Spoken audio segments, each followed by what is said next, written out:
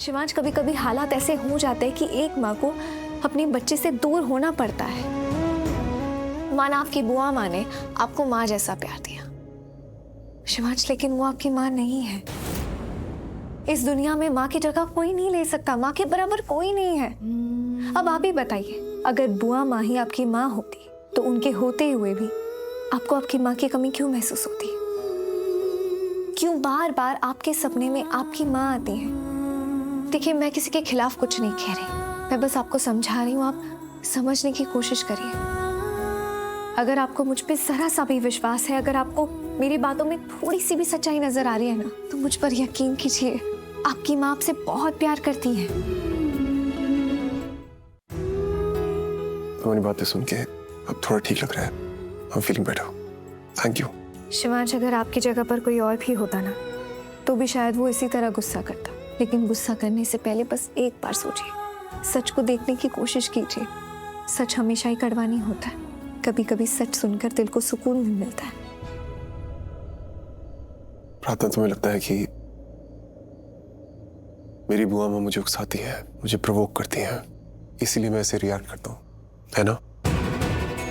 शिवांश, देखिए, मैं आपकी बुआ माँ के बारे में कुछ बोल ही नहीं रही, मैं आपके लिए कह रही हूँ। आप अपने दिल से पूछिए, आपको जवाब मिल जाएगा कि आपको किस पर विश्वास है, कौन है आपका विश्वास। अपने दिल से पूछिए, आपका दिल आपको जवाब देगा।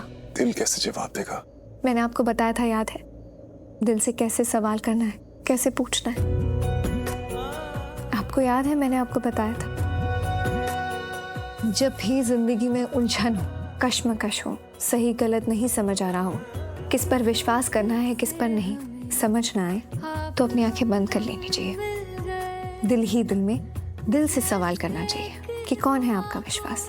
फिर उस इंसान का चेहरा आपकी नजरों के सामने आ जाएगा और फिर आपको पता चल जाएगा। गुड नाइट, मुझे नींद आ रही है, सोना है।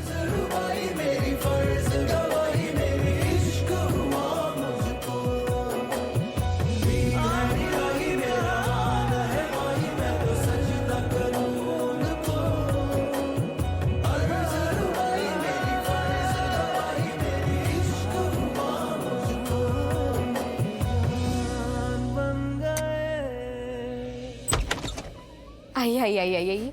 आपने बोला था 5 बजे डिलीवर कर देंगे, 5 बजे आपने डिलीवर कर दिया। Thank you so much. आइए। मैम, ये गणपति जी की सीट कहाँ पे रखनी है बताइए जल्दी। मैं बताती हूँ। यहाँ ये यही रख दीजिए अभी तो।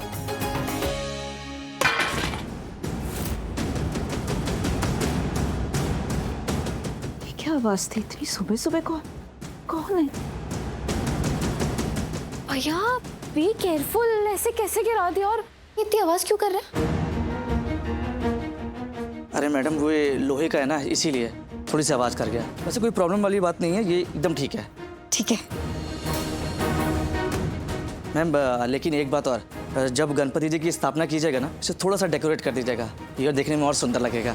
हाँ भैया, इसीलिए तो इसको गणपति जी के आने से पहले डिलीवर करवाया, ताकि हम इसे डेकोरेट कर पाए। वैसे गणपति पापा को कब लाएंगे? मुहूर्त पे ले आएंगे। हाँ, वैसे मुहूर्त में तो अभी टाइम है, दी डेकोरेट कर लेगी। वो इतनी जल्दी कर भी लेंगी? हाँ, वो मेरी दी है और वो हर साल ये करती आई।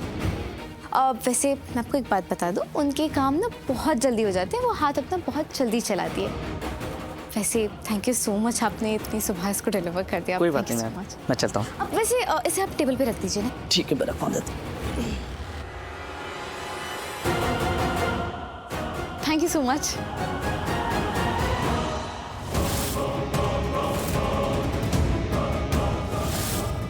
अच्छा, तो प्रार्थना बप्पा को घर ला रही है। कल घर पे फेस्टिवल की धूम मचाएगी। डन प्रार्थना, मचाओ धूम। तुम्हारी धूम तो मैं मचाऊंगी। गणपति बप्पा मोरया। गणेश जी का आगमन हो रहा है घर पे। शोर शराबा कर रहे हैं सब लोग। सो रहा है कोई घर में, इस बात की कोई चिंता नहीं है इन लोगों को।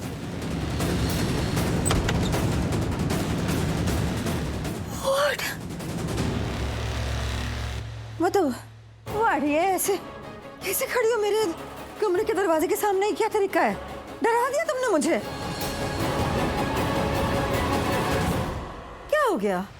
क्या हुआ आप बताइए ना, क्या हुआ पूरा माँ? क्या हुआ? मैं सो रही थी, तुमने मुझे डरा दिया, और क्या हुआ? यार राइट, मैं देख रही हूँ आप बड़े आराम से सो रही थी, वेरी पीसफुली।